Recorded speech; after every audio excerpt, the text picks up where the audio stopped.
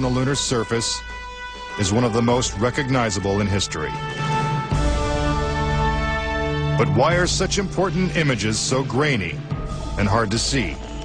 And we're getting a picture on the TV. You got a good picture, huh? NASA claims it's the result of 1960s technology. NASA orchestrated the hoax in a very unique way through television. One picture, which they completely controlled, black and white, grainy, that convinced everybody we were on the moon. We had no reason to doubt it. They had complete reins over the pictures, over the sound. I mean, sad to say, it was easier than people believe. The evidence suggesting that these images were staged. It's absolutely unreal. Although it appears that the astronauts are moving in the moon's gravity, which is 1/6 that of the Earth, Percy notes that when the speed of the film is doubled, the astronauts appear to be running as if in Earth's gravity.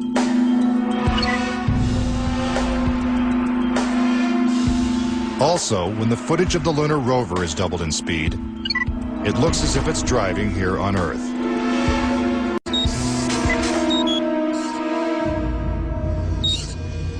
If there is no air or wind on the moon, why is this American flag waving?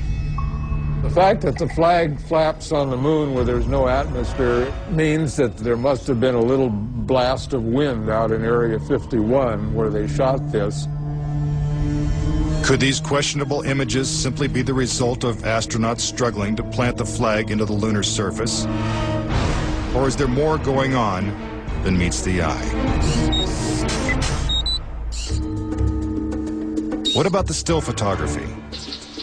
Some say the design of the bulky spacesuits would have made it extremely difficult for the astronauts to operate their chest-mounted cameras. The man who designed these cameras is Jan Lundberg.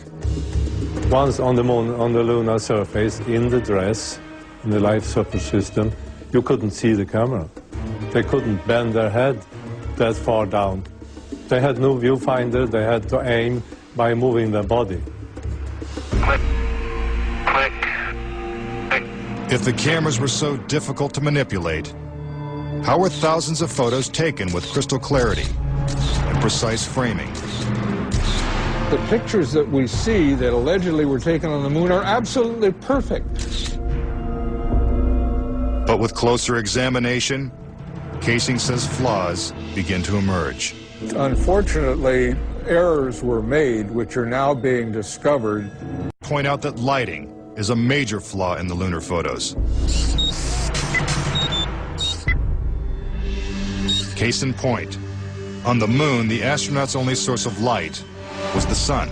They had no extra lighting, no flashes or things like that. Yet in this photograph from Apollo 14, the shadows are cast in different directions, suggesting multiple light sources. The shadows cast by the rocks in the foreground should have been east-west, like the LEM shadows.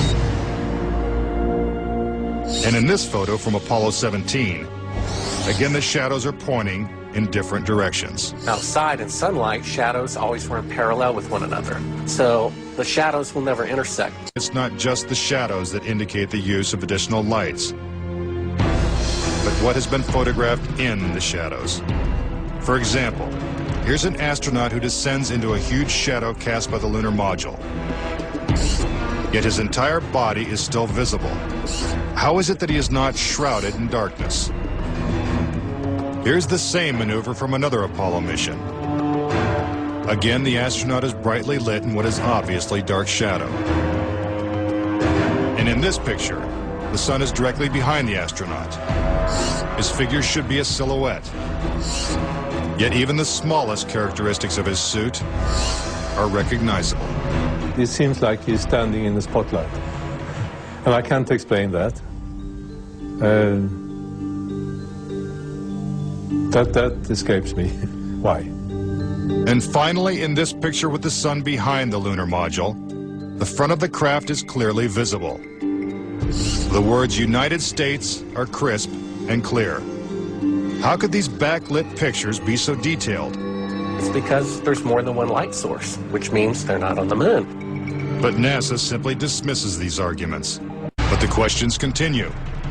Why do some of these images shot at different times and different places appear to have identical backgrounds? These two photos seem to have the same mountain backdrop, yet the lunar module is only present in one of them. Seemingly impossible, since the LEM never moved and its base remained even after the mission. What a ride, what a ride.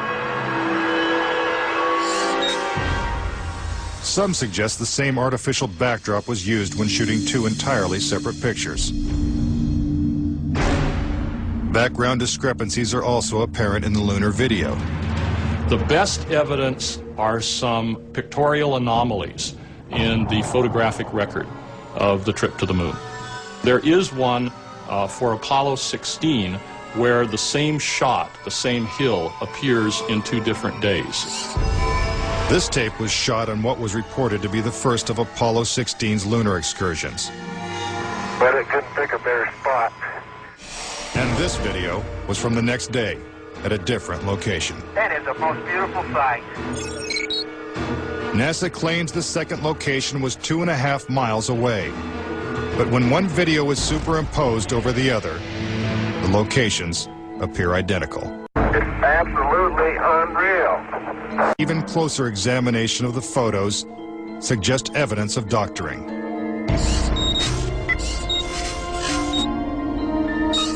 For reference, crosshairs were permanently etched into the lunar cameras, so they would have to appear on top of every image. But in this photo, a crosshair is behind a part of the lunar rover. This situation is impossible and has to be the result of technical manipulation and doctoring of the image. And in this photo from Apollo 11, the equipment in the foreground is covering the crosshair, not behind it.